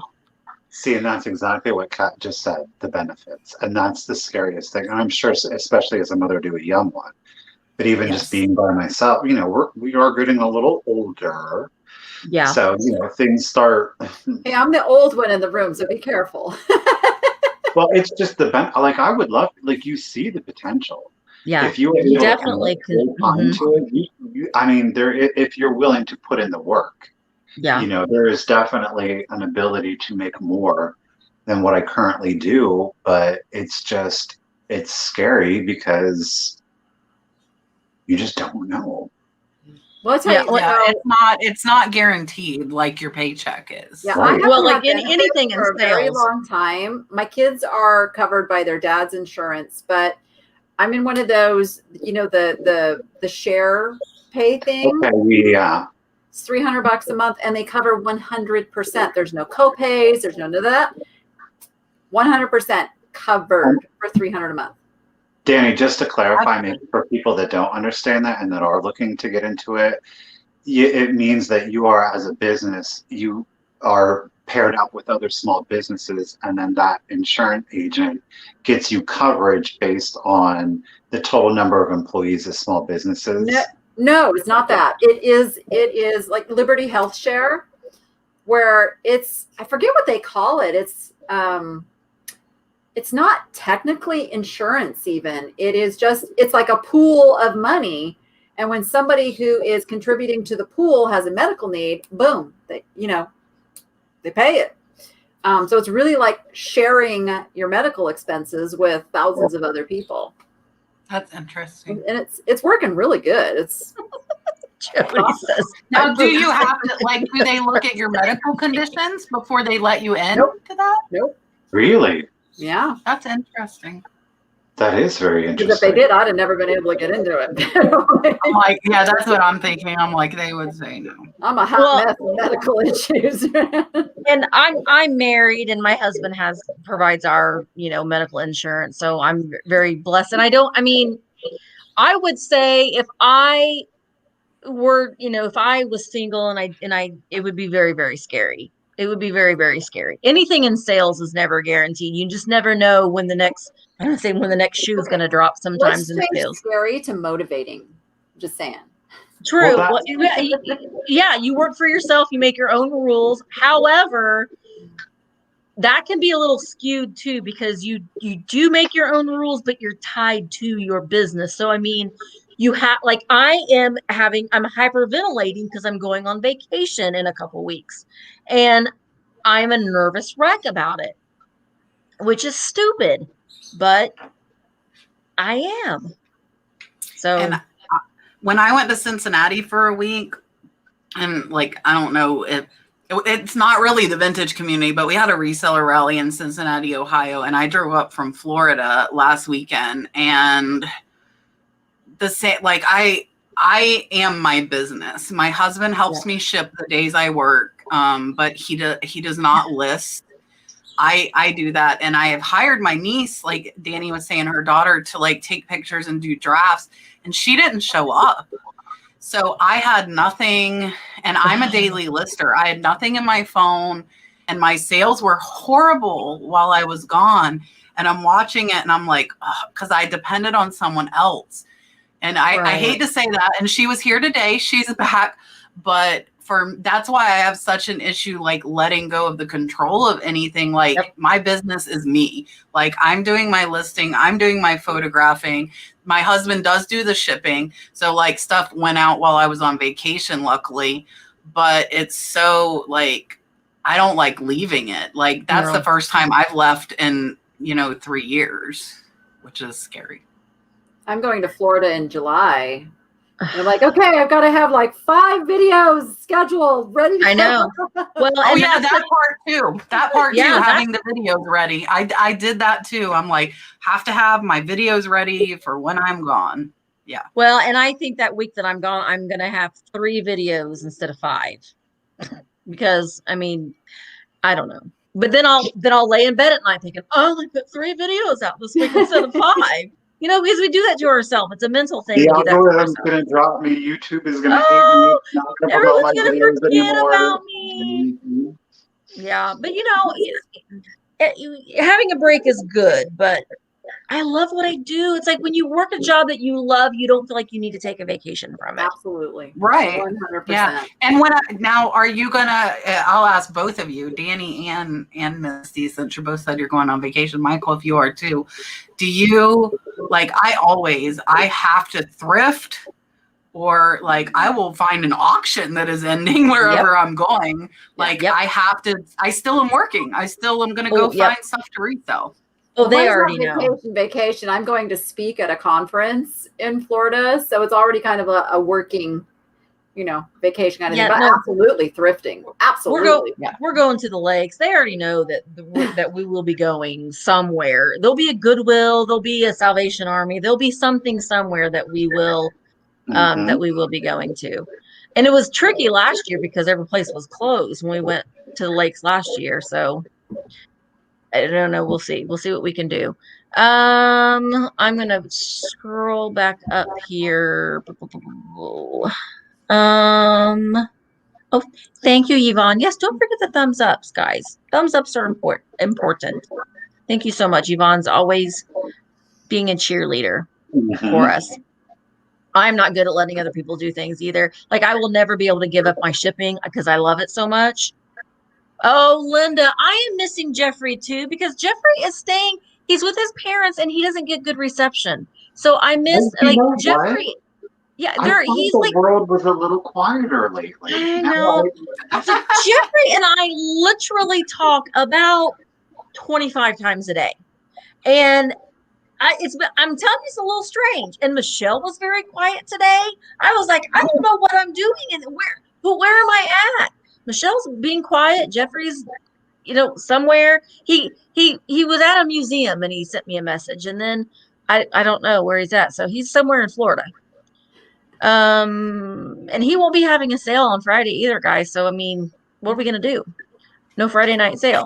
All right, Danni's sales going double time. Somebody's going to jump into that time slot right now. I'll be like, Well, yeah, you never know. Okay, I'm trying. Okay, question. I see Chris's question. Hi, Chris. Why wouldn't a reseller buy something if they know they're going to make a huge profit? And the only reason why they're not buying it is because it's not something they like personally. That sounds like it's directed to me. I was like, that's never a problem for me. If I could make money, I'm gonna buy it. Yeah, I answered him in the chat. You will not see that from me, whether I like it or not. Now lower items like $20, $30 profit. If I don't like it and I don't want to list it, you're not going to see it. But if it's a higher dollar profit, I'm going to pick it up. Well, and I will leave things behind. Like, okay, plates. I just left a set of Le Creuset plates at the thrift store because honestly, number one, I didn't need the inventory. And number two, I hate dealing and shipping plate. I hate plates. I just hate plates. I do too. And why I got the beauty in this business of I don't have to. And I'll leave it for somebody else. I'm perfectly fine with that. So I kind of feel like, because I got a lot of comments like that on one of my last videos where I just passed up these plates because I don't like plates. Well, and I think that's the beauty of being your own boss. Yeah. You know, you don't have to. Yeah. You don't have to do it if you don't want to. You just don't have to do it if you don't want to. It's I don't like shipping plates either. No to a high paid I love plates. You know they're going to be a pain in the butt. Oh, I hate shipping plates. You got to use so much bubble wrap on plates. So that's something I got to pay money on because you have to look at all of these things that go into shipping the plate. So well, I think ultimately outside of my genre of stuff that I do, you know, if it's a board game or, you know, because I see lots of stuff that I know is worth money, but if I needed inventory, if I really needed stuff to sell, like if I was running low, sure, I would pick it up. But I have an abundance of things to list and to sell, and I really want other people to find that stuff too. I don't want to, you know, just grab everything. Have it sit. I may buy some things, but it'll sit on my shelves forever. Like if I'm having a live sale, because it doesn't excite me, and that's why I have so many linens right now. It's just ridiculous the amount of linens that I have, but they don't really excite me. Do I buy them still? Yes, but I would rather show a little anthropomorphic apple, you know, than a linen. I can make money on the linens. They're easy to ship. Too. But I pile them, and then I'll go through a ton of them. I'll bring them in my bedroom because they're easier to photograph on my bed. I'll bring like this giant pile of linens, and they pile up, and then I eventually like just go through a big pile of them. So I'm like that too, and like that's where I can pass up the $30 and $50. Like if I really hate it and I know I don't want to list it, I'm gonna leave it too, especially $20 stuff if I don't. You have to make sure it's worth your time, because your time is money as well. Well, at the end of the day, though, if you're out at the thrift store, the antique mall, or wherever it is, yard sales, garage sales, wherever it is that you choose to source at, and if you are buying every single thing that you can make money on, chances are your profit margins are going to be slim to none. So the idea at the end of the day isn't necessarily, let me buy every single thing that I possibly can because I can make money on that. And you might also look a little bit like a hoarder. A lot of dead inventory, and that dead inventory costs you money. Yeah. So you might flip 10 items for $30 each. You made $300, but you spent $400, so you're actually in the hole for $100. So it's not just about buying everything for the sake of buying everything. You have to be strategic in the things that you buy. And at the end of the day, just like the lady said, I don't want to buy it. I'm not buying it because I don't have to. Yep, it's true. Thrifter, not hoarder, what is the average number of items you recommend listing to make a decent income? That's subjective, I think.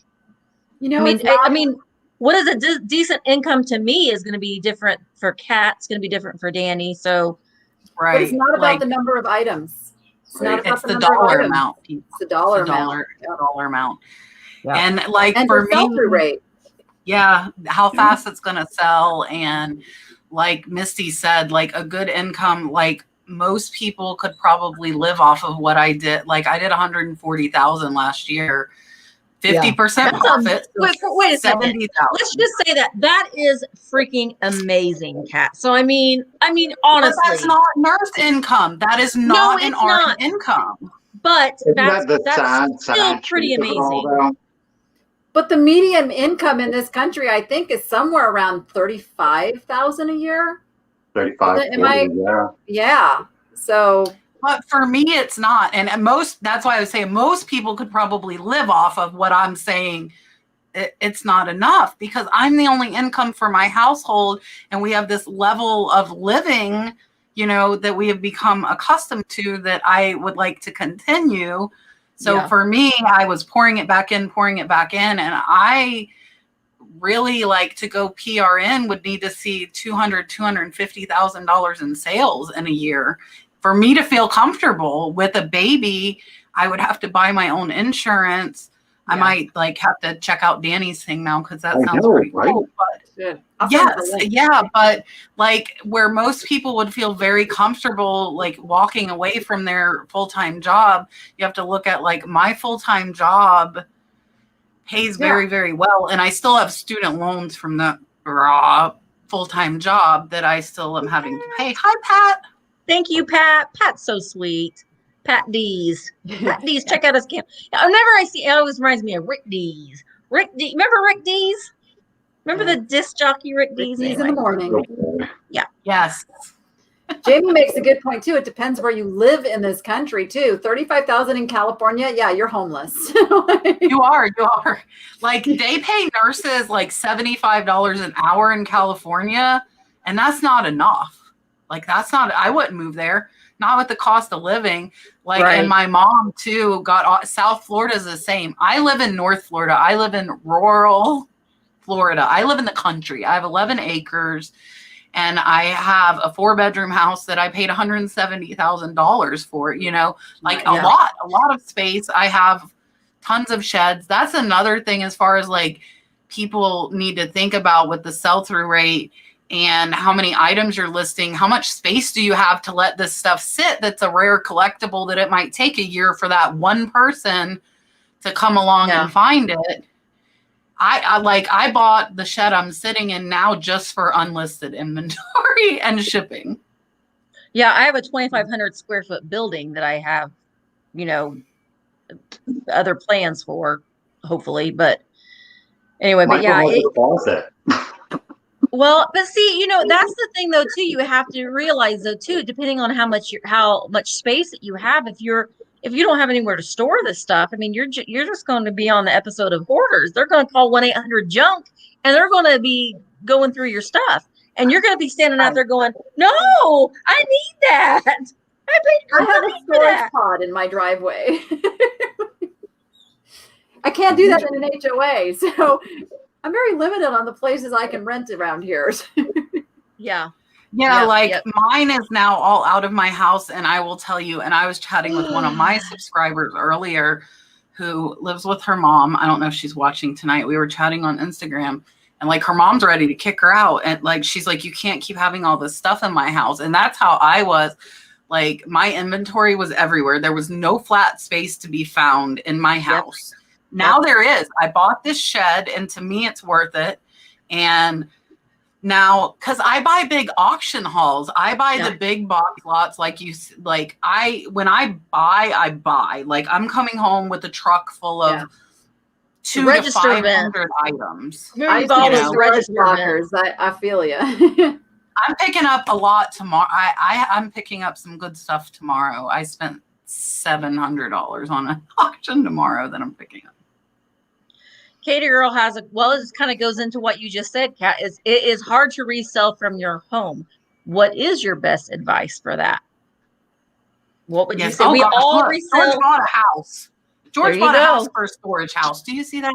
I had a spare room. So even my house before I got my shed, I have a big house. So I had a spare room and then we have a den that we weren't using. So when I first started, it was that, but that's where for me, reinvesting the money into buying this shed, to make the business flow better and it be an actual business that is not in my house, it is out in my shed, and being to go being able to go live like this without Dalton jumping all over me and throwing balls at my head. Now I have a place to go live, because if people that watch me in the beginning know, like, about the end, about like this time, 9:30, Dalton is like done with not having mommy attention, and you would see like bats and balls, and I'm like ducking, and I'm like, okay, it's almost 10 o'clock, like we got to shut it down.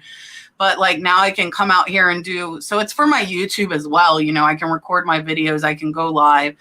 But I think if you're only running out of your house, I would suggest like smaller stuff like jewelry. I do well with scarves. I'm picking up a bunch of scarves from that auction tomorrow. Stuff that's small, where you could maybe put it in a closet, you know, and have like 5 or 10 totes in a closet. But you couldn't go like, my biggest profit items have been furniture and like big paintings. I just sold a wicker desk for $300. That would take up so much space. So you gotta, or get a storage unit. I would hate to have a storage unit. I wouldn't want to drive somewhere, because for me, the point of doing this is that I can do it from home. Yeah. So I wouldn't like to have a storage unit, but I know a lot of people. House, it's got to be laid out to do an eBay. But I mean, this place has, like, you walk in and there's this one, it's supposed to be a family room. Well, that's the eBay room. You know, and it's kind of converting that space that you have so that you do have a separation between business and work. I mean, a garage is fantastic. I'm just trying. I don't know that I could do this like out of an apartment. I don't know that I could. I would be severely. Well, I don't. Maybe not to the scale. I mean, you have to, you know, because you're going to end up driving yourself crazy, and everyone that you live with crazy. Well, you know. This, I think George has an interesting point, but here's the thing though for me, is because I've actually been thinking about getting it, because this is the thing. I understand that, but there's a cost, I believe, associated with having just feeling like you're being crowded in by stuff, and I want it gone. Like for me, I'm okay with having to go somewhere else, because it's just there's too much clutter, and I'm one of those people that can't function with all of this stuff everywhere. I don't think anybody functions well with that. You know, like that's why I bought this shed. Yeah. Because I had inventory sheds for my listed items. It was the unlisted, because of buying these big auction lots that were piled up on the dining room table, and my spare bedroom, nobody could come and visit, like my in-laws, and sleep in it because there was inventory. If you're embarrassed to have people over, it's time to kind of rethink the way you're running your business. Or just and it's so nice to have flat space now. I'm like so impressed. Like I'm like, here, come into my house and look at my table. There's nothing on it. Now there's a puzzle on it. Me and Dalton did a puzzle this morning. But I have room to do a puzzle with my son, where before there literally was no flat space. I would come in, I would put my boxes from the auction, and then my poor husband is going like you know, like Michael's like, ah, and he's just like, he hated it, and I don't want to make the people in my life hate it.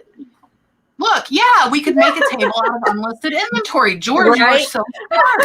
I tell you what, the best decision I ever made was to get my reselling business out of my home. Yes. But there is a caveat. Well, there was a little bit of it. I kind of like, when I'm at my shop, I'm like, yay, I'm here. And then sometimes I'm like, oh, I got to leave now. I got to go home. I have to go do, I have to do this.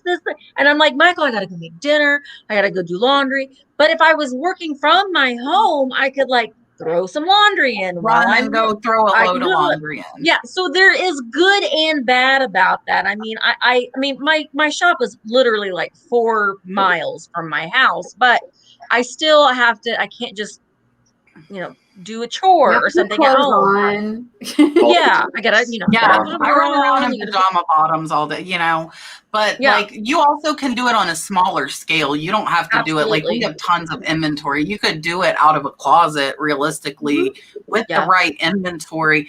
Or if you only like if you look at the sell-through rate in your I know some people that have 200% sell-through rate, like they have 100 listed, 300 sold because they're so picky and they only pick up stuff that sells really fast. So if that's the case, your inventory is going to be turning over and you don't need that much space.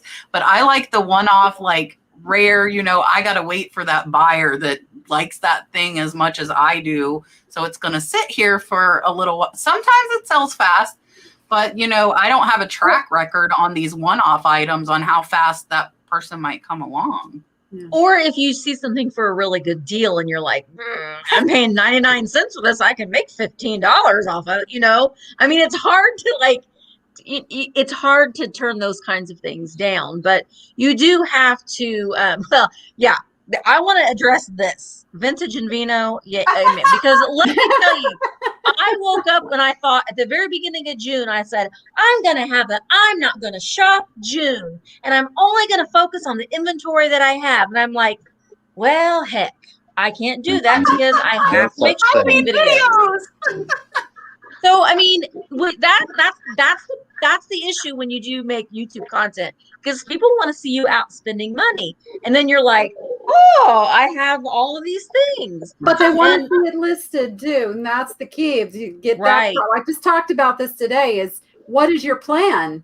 You know, you've got the plan of go out and shop and get the stuff. And this is not just people with YouTube channels.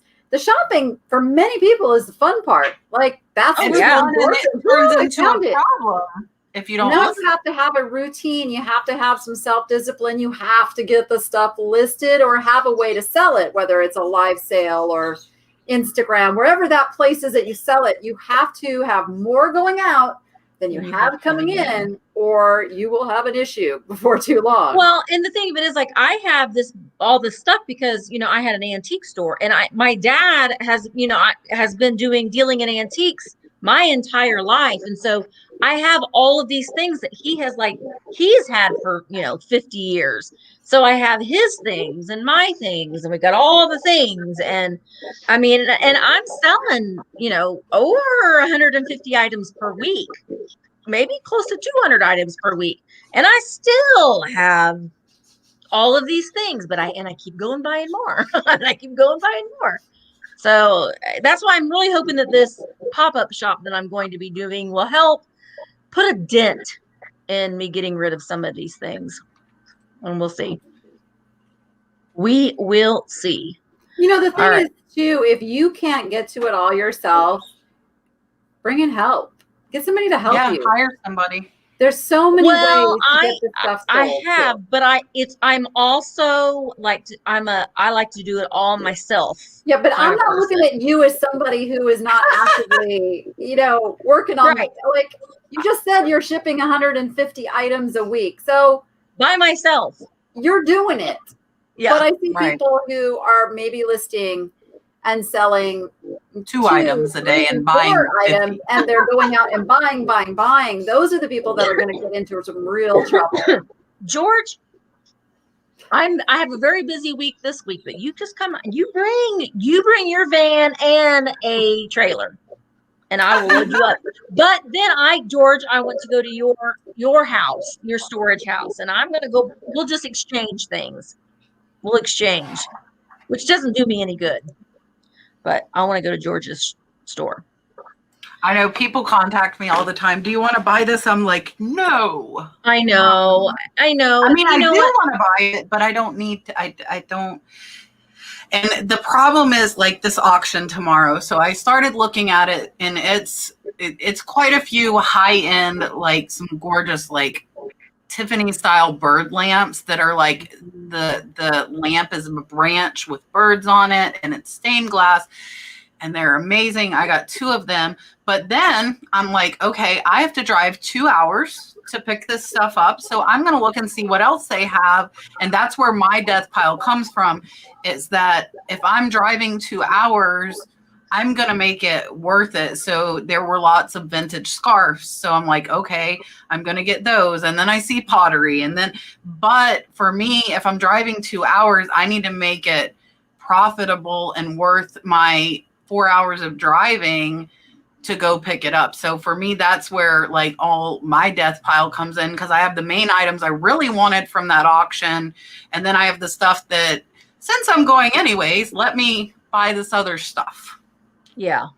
Yeah. Well, and then you get back to, like, you get back home and then you get out of the car and you're like, oh, I'm not gonna I have to drag all this stuff in. I gotta figure out where I'm going. And like that high that you've gotten from going shopping or finding or getting this stuff is just like been deflated because you're like, I gotta drag it all in and I gotta put it But I did, away. you know what I did though? So in here, I should turn the camera around. Oh, I can't keep the dummy battery plugged in.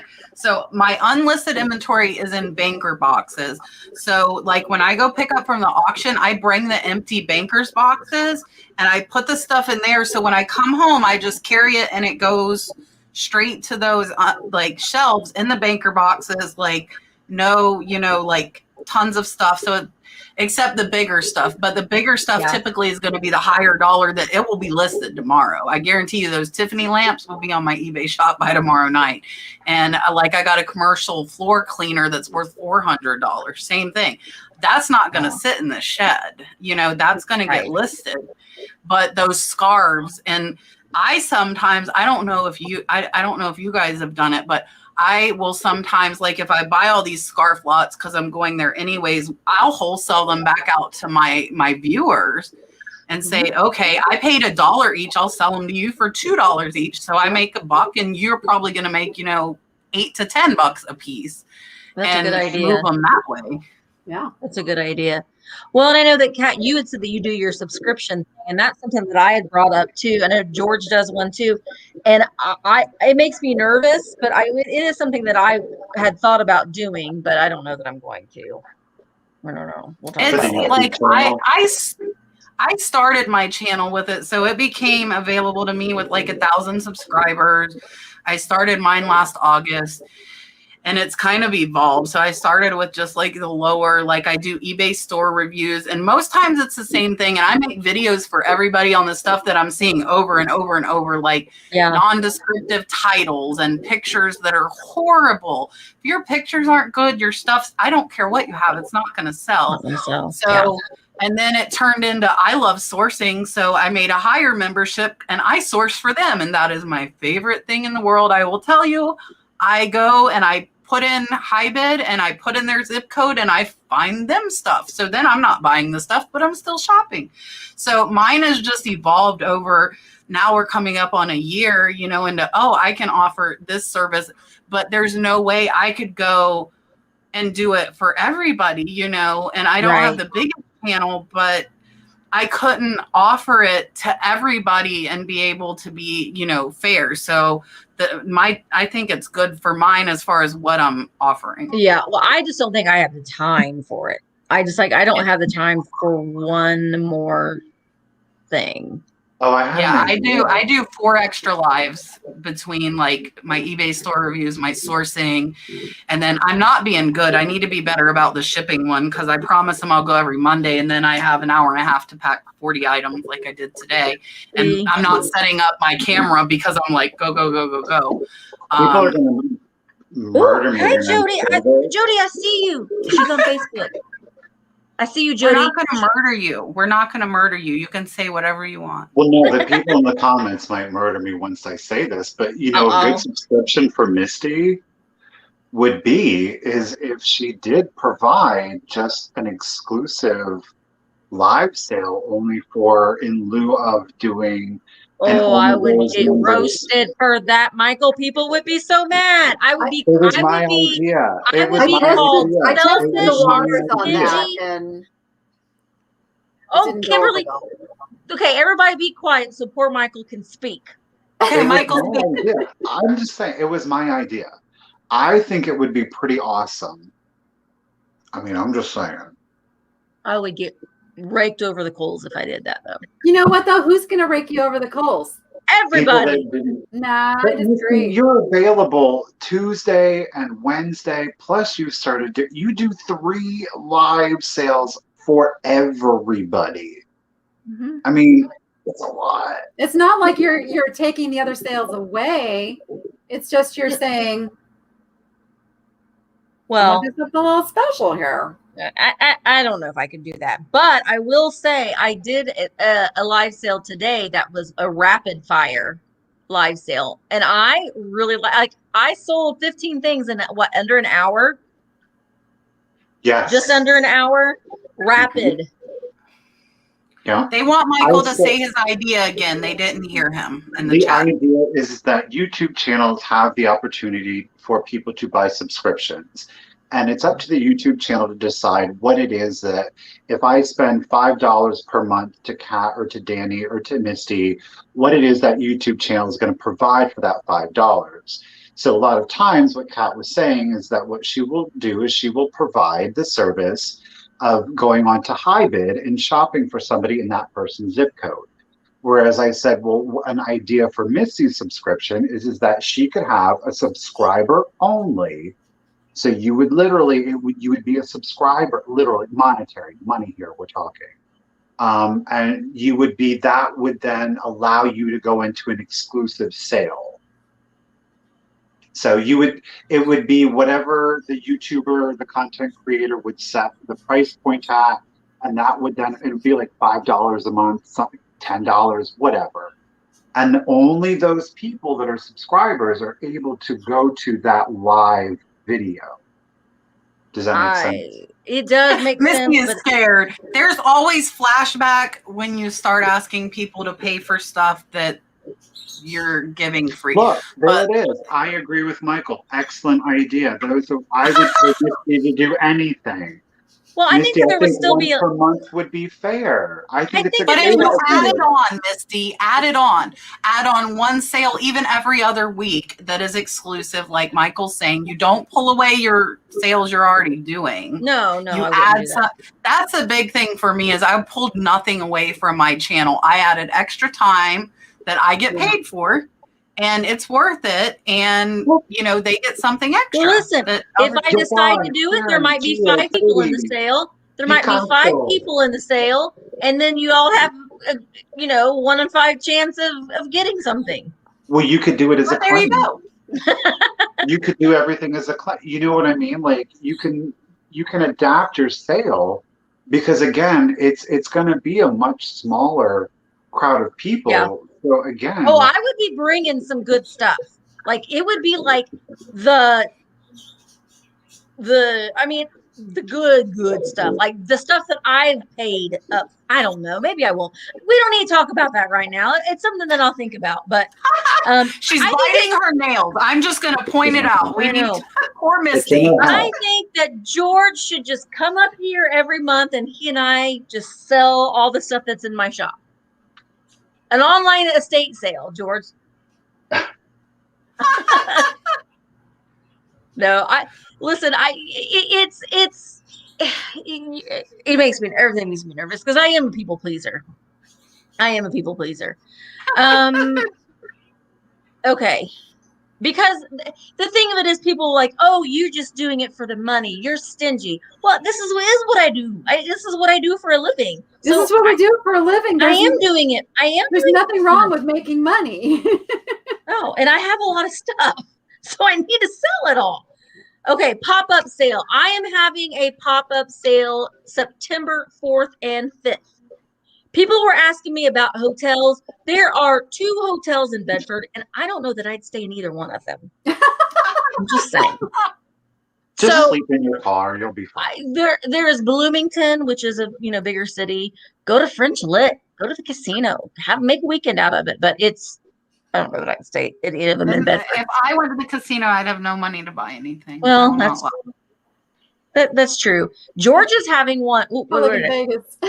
George the Antique Nomad is having a pop-up sale June 25th and 26th as part of the Highway 41 150 sale. George, am I going to come a weekend before that?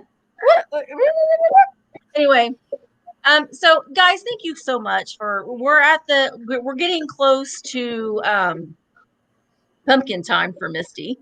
And because I go to bed at 10 o'clock. I try to. I don't always. I lay in bed. I get into bed at 10 o'clock. Don't go to sleep. I'll do working on eBay listings and stuff. But tomorrow, well, tomorrow Kat will be live with her 4-way reseller chat. Will be at 8 o'clock Eastern Standard Time on her YouTube channel. So make sure that you do go subscribe and watch her YouTube. Is that what did I say? You froze. Did I say it wrong? Oh, her we were in channel too. You were. And then Danni, you went live today. When do you go live again? I know you have your sales on Fridays. Yep, she has her sales. Live sales on noon. Friday at 1 p.m. Pacific, 4 p.m. Eastern.